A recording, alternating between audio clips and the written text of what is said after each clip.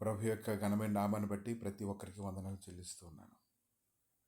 ఉదయకాలాన్ని ఆయన సన్నిధిని సమీపిస్తూ ఉన్నప్పుడు ఆయన దగ్గరికి కానీ మనం వెళ్తే, ఆయన సన్నిధిలో కానీ మనం మొరపెడితే, కీర్తన గ్రంథము 31 అధ్యాయము 19 వచనం, నీ యందు భయభక్తులు కలవారి నిమిత్తము నీవు దాచి ఉంచిన మేలు ఎంతో గొప్పది, నరుల ఎదుట నిన్ను ఆశ్రయించే వారి నిమిత్తము నువ్వు సిద్ధపరిచిన మేలు ఎంతో గొప్పది.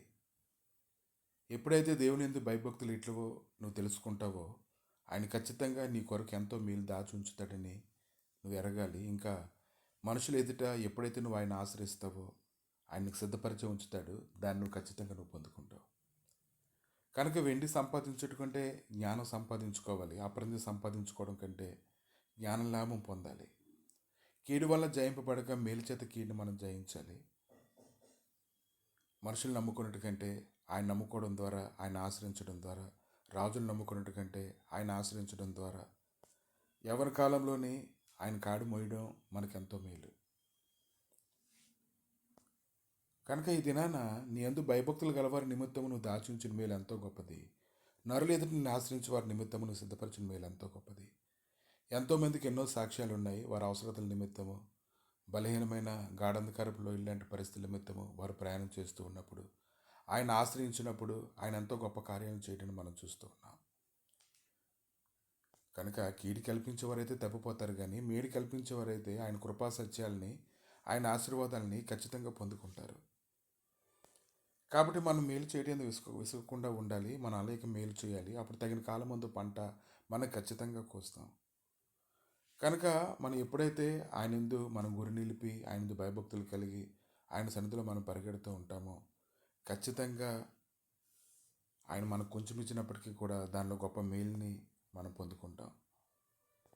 కనుక మనం ఏదైతే దేవుని దగ్గర మొక్కుకున్నామో, ఎలాగైతే మనం నడవాలని దేవుడితో నిబంధన చేసుకున్నామో అలా నడిచినట్లయితే ఖచ్చితంగా మనం ఆశీర్వాదాన్ని మనం పొందుకోగలుగుతాము. లూకా సువార్త 7:4 శతాధిపతి గురించి ఆయన శిష్యులైతే చెప్తూ ఉన్నారు, శతాధిపతి దాసునికి బాగులేదు, మనం వెళ్ళాలి, ఎందుకంటే అతను నీ వల్ల ఈ మేలు పొందడానికి అతడు యోగ్యుడని వారికి అతను చెప్తూ ఉన్నాడు. ఇంకా అతడు మన జనులను ప్రేమించి మనకు సమాజ మందిరం తానే కట్టించడని ఆయనతో చెప్పి మిక్కిలి బ్రతిమాలుకొనిరి. కావున యేసు వారితో కూడా వెళ్ళెను. ఆయన ఇంటి దగ్గరికి వచ్చినప్పుడు శతాధిపతి తన స్నేహితులను చూసి, మీరు ఆయన వద్దకు వెళ్ళి, ప్రభువా,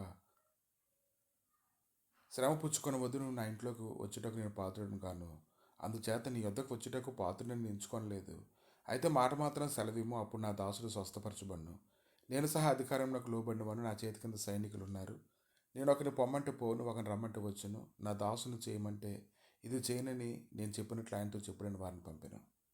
యేసు మాటలు విని ఆయన గురించి ఆశ్చర్యపడి తన వెంట వచ్చుచున్న జనసమూహం వైపు తిరిగి, ఇశ్రాయేల్లో నేను ఇంత గొప్ప విశ్వాసం నేను చూడలేదని మీతో చెప్పుచున్నాను. నిన్ను పంపబడిన వారు ఇంటికి తిరిగి వచ్చి ఆ దాసుడు స్వస్థుడై ఉండుట కనుగొంటారు.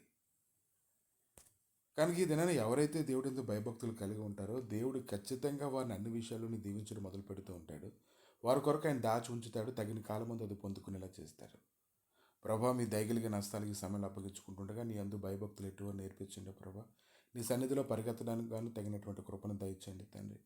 నైనా మీ కృపలో ప్రభా స్థిరంగా ఉండడానికి సహాయం అనుగ్రహించి నీ మహిమతో నీ నడిపించి బలపరచమని, ప్రతి విధమైన కీడులో తప్పించి నీ సహాయకరమైన సన్నిధిలో తోడుగా ఉంచి మీరే మహిమగంత ప్రభావాలు పొందమని యేసుక్రీస్తు నామములో అడిగి వేడుకుంటున్నాము తండ్రి. ఆమేన్.